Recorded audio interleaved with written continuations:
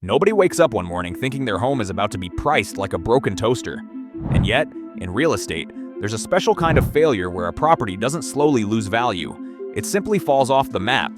Not discounted, not underwater, just zero.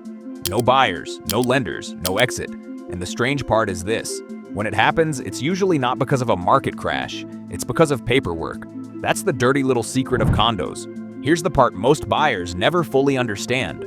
When you buy a condo, you're not just buying 4 walls and a view. You're buying into a shared financial organism, a miniature corporation made of concrete, steel, budgets, and legal obligations.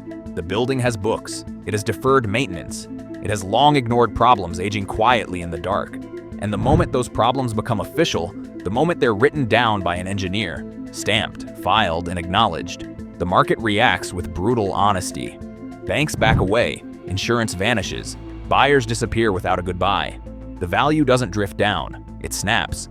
But that's just the mechanism, the theory. Now let's talk about when theory became reality.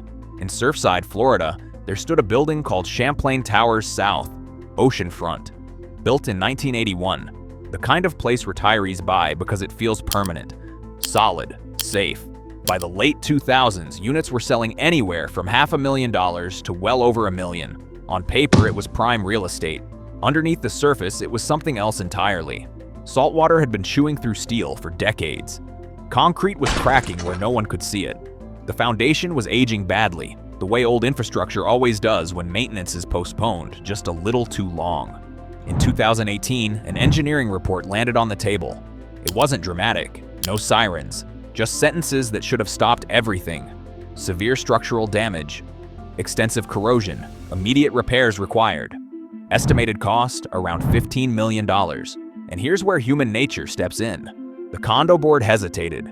Fees would skyrocket, owners would complain. So the problem stayed, unresolved. But documents don't stay quiet forever. Once that report became official, the financial oxygen left the room. Banks stopped approving mortgages for units in the building. Buyers who might have been interested suddenly couldn't get financing. Insurance premiums exploded. Owners tried to sell. They lowered prices, then lowered them again. Nothing moved, because the market had already decided something brutal and simple. This building was no longer a safe bet. Before the collapse ever happened, just before the headlines, those condos were already financially dead, unsellable at any price. In practical terms, they were worth zero. And then came the part that most people never factor in. When a condo building needs emergency repairs, the bill doesn't go to the building. It goes to the owners, individually, through something called a special assessment, a polite legal phrase for a financial gut punch. In Surfside, some owners were facing bills of $80,000, $90,000, even $100,000 per unit. Many were retirees, fixed incomes, decades of savings tied up in what they believed was a safe home. They couldn't sell, they couldn't refinance. And now they were being asked to pour more money into an asset the market had already written off. Pay the assessment, or walk away and torch your credit. Some still had mortgages on homes they were being told might not be safe to live in. Ownership, it turns out, doesn't mean protection. People always ask the same question after stories like this. How is this legal? Because the law doesn't care about feelings or assumptions. It cares about contracts. And condo contracts are very clear. You don't just own space, you own liability. You are responsible for the structure whether you caused the problem or not, whether you voted for the board or not, whether you even knew what was happening or not. From a legal standpoint, everything worked exactly as designed, which is the most uncomfortable part of all. This story isn't just about one building in Florida. Across the world, thousands of condo buildings are aging into the danger zone. Maintenance gets delayed to keep monthly fees low. Boards gamble on time. Buyers focus on paint, flooring, and views, not balance sheets. Concrete feels permanent. It isn't. Condos aren't passive investments.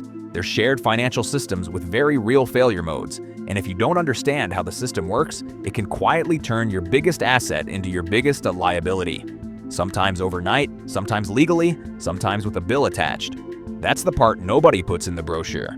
If you want more stories about how money actually works, not how it's marketed, subscribe. Stay useful.